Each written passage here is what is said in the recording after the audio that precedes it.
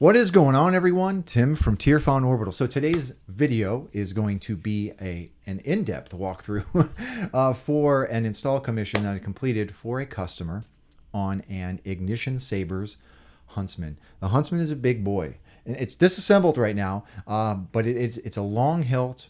There's a lot going on the inside of this hilt, so there was a lot of room to play with, and play with it I did.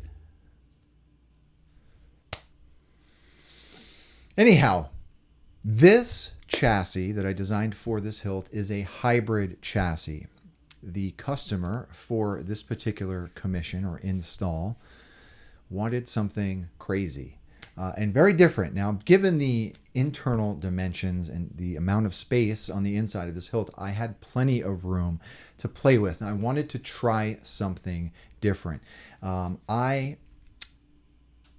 For me personally, as a designer, a chassis designer, it's important to me that I'm continuously evolving, changing my design aesthetic. I don't want things to stay the same. I don't want my aesthetic to get tired. So it's important for me to push myself. And with this particular install, I was able to do that because there was so much room on this hilt, right? Now, with my hybrid chassis, some of the things that you typically see are a battery cover and an upper brass crystal chamber. I mean, that's really all it boils down to. I like to put a lot of detail into those parts, but that's really it, right? What I strive for is getting a full brass chassis or full brass assembly. Some of the things that we see from very talented folks like Rick from Goth 3D. Obviously, Martin Beyer is the GOAT in as far as chassis design is concerned. But that is where I want to get eventually. And boy, is it difficult. It's very, very hard. It's also very time consuming. It's not really something that you can do in one night or one day. Chassis such as those take a lot of planning. They take a lot of forethought, and they take a lot of time. And I don't think that a lot of people really realize that. You've got to think about so many things when you are designing multiple parts. And with some of these chassis, these more premium chassis, like Martin Beyer's chassis, you're talking about dozens upon dozens upon dozens of parts. I don't know the final parts list for a Martin Beyer Graflex. I mean, it's just like it's all metal, and they all fit together perfectly. So I mean, these are things that you've got to consider when you're designing a chassis. And I want to get there someday. I hope that I get there someday, and have a full brass assembly, full brass build, full metal build. But it's difficult. It's really, really hard. I really pushed myself with this design, right? So getting back to what I usually do, I usually have a brass battery cover, right? I wanted to do something different. I wanted the whole outer body of the main part of the chassis to be in metal. It was something that I wanted to try, right? And I did something a little bit different with this one. It's essentially a sleeve, right, with a core or a cell that slides up into the chassis. We'll get a better look at how all of that works when we come into Fusion. But yeah, I really, really pushed myself with this design, and it was essentially a guinea pig to see if something like this would work with like a removable cell that goes inside of a brass housing, essentially, right? So with all of that out of the way, let's come into Fusion and get a look at this chassis. All right, here it is. It's a lot. It's a lot. Looking at this thing, I'm remembering the long nights that I went through doing all of this stuff around the lower part of this chassis. So one of the things that's important to me is trying to fill every piece of real estate on a part with a design, right? Just designing a sleeve, brass tube, a brass plate. That's relatively easy, right? I mean, it's just figuring out how to fit those parts together, remembering your tolerances when things are printed and cast, right? But that's relatively easy. I want my designs to look functional. I want them to look like they belong. I don't want to just draw a tube in Tinkercad and draw some sort of concave battery cover that just kind of sits on top of it or press fits on top of it. I don't want to do that. I want my parts and my designs to look functional. And one of the things that I always try to do is fill every piece of real estate with something. Okay. The other reason I do this is because typically I am weathering this brass when it comes to me. The polished brass pieces look great. But for me, with my designs, a lot of these details really, really shine literally when you are weathering them with brass black, right? All of these parts and details will really, really come out when you're weathering it, right? But a hell of a lot going on with this outer sleeve. Just again, I try to put stuff everywhere, right? Like faux switches. Okay, there's a lot of hardware here. There's a lot of conduit. There are some knurled pieces. Okay, I really, really try to push myself as far as this design is concerned. Another thing that is really, really difficult with doing stuff like this is you are designing around a curve. You're designing around a tube. You could easily, maybe not easily, but you could design parts on a flat plane. I mean, that's pretty easy, but making sure that you're designing parts that curve around a tube is really, really hard. And I finally kind of figured out a little bit of a workflow to make this a little bit easier for myself. But all of this, you've got to make sure that you're curving. Like, so with these tubes, right? These tubes are not only doing like a 290s, okay? They're also doing 290s around a tube, okay?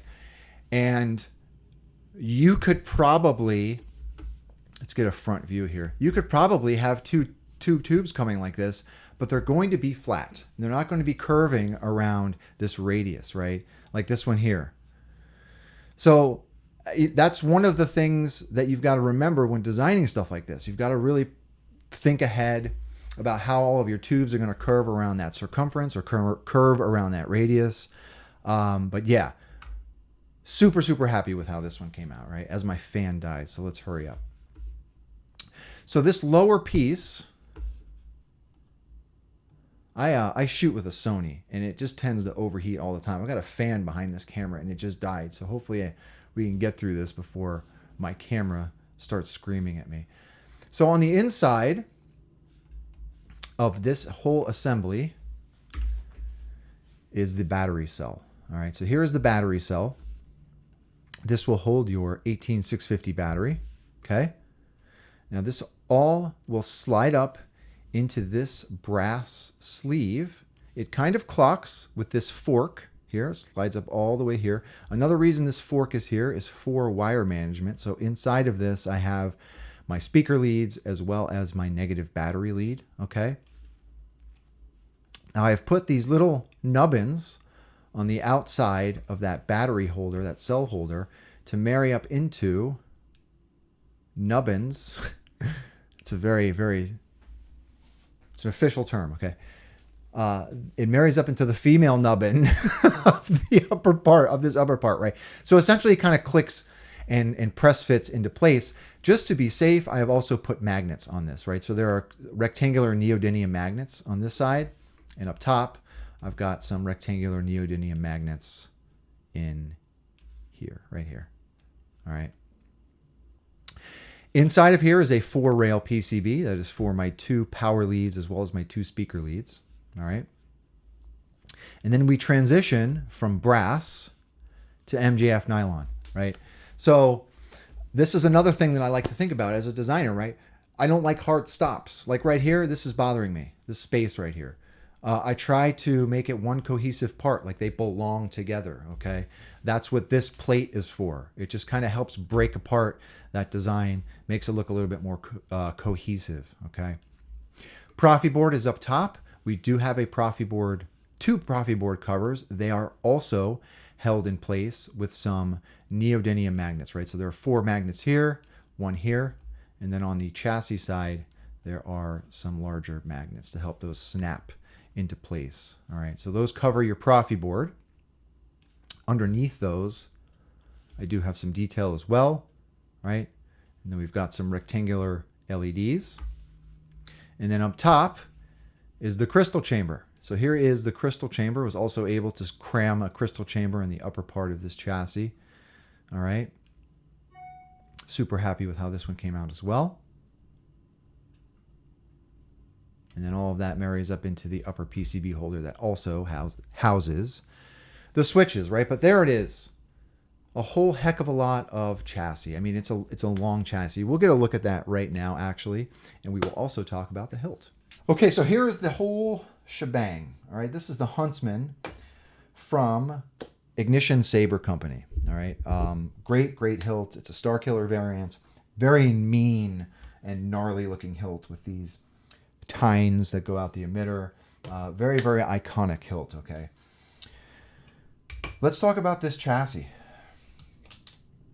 Here's the chassis. All right, it's long, very long. I mean, the grip alone in this hilt is very long. Okay, so again, this gave me a lot of room to play with. Okay, but here is the chassis. All of the parts have been weathered with brass black.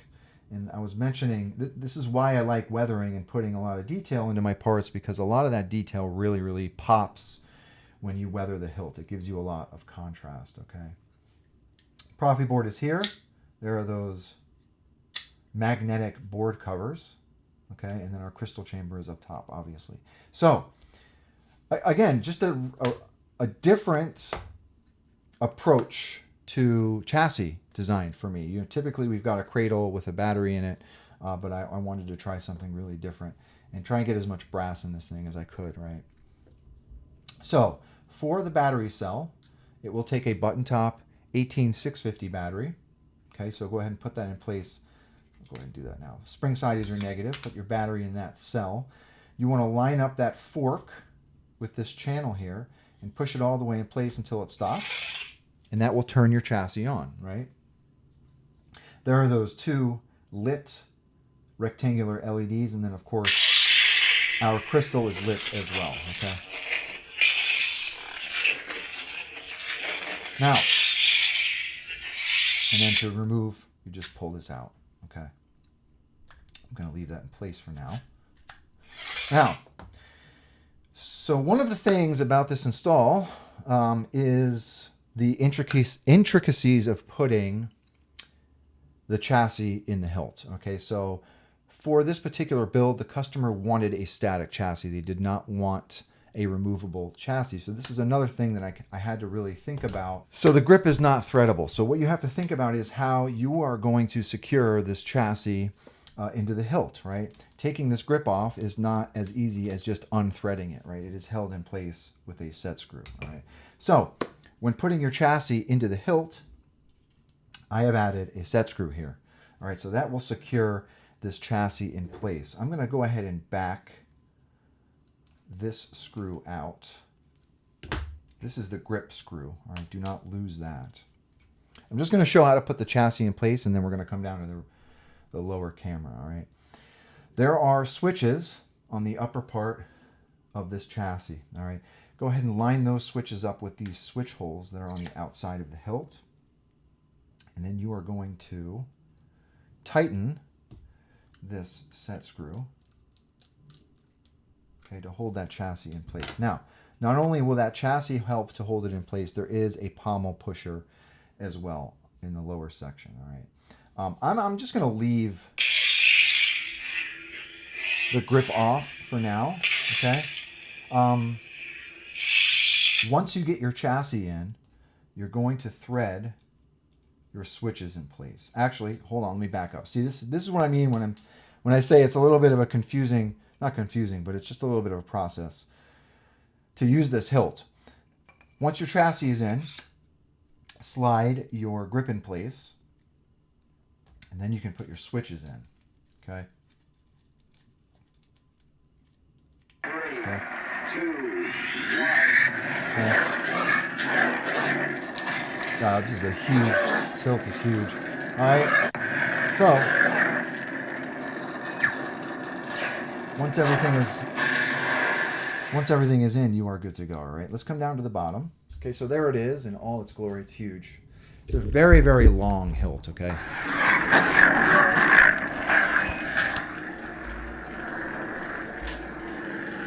So,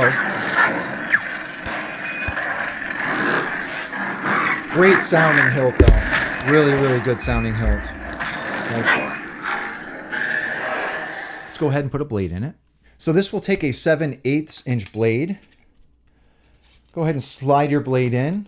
Nice deep blade socket, all right? Goodbye battery. There is a set screw in between these two tines here that will serve as your blade retention. Go ahead and tighten that. And you are ready to go. Such a long hilt, right? So this top switch will serve as your aux, bottom is your main. Okay. Let's scroll through a couple fonts. Whoops. Dissonance. All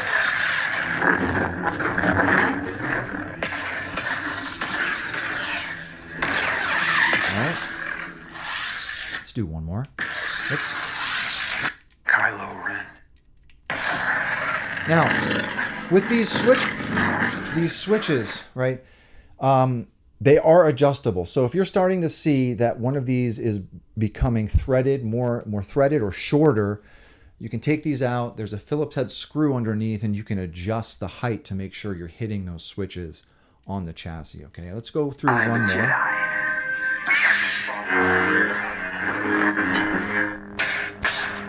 Okay. All right. That is it. That is the Huntsman with a very, very unique chassis. Gotta get it in frame here, right? To you, the customer, thank you very much for your patience and allowing me to really spread my wings design-wise with this chassis. I'm very, very proud of how this one came out, and I'm hoping to do more like this in the future. I'm working on one right now for the 7 chambers Anti-Flex that is going to be similar to this design. So very, very, very happy with the end result. So if anyone has any questions about this chassis, please do not be a stranger. If you want this chassis for your Huntsman, please feel free to reach out to me. We can work something out. I can get parts ordered for you. And with that being said, thank you very much for watching, everyone. May the force be with you always. Have a good one, everybody.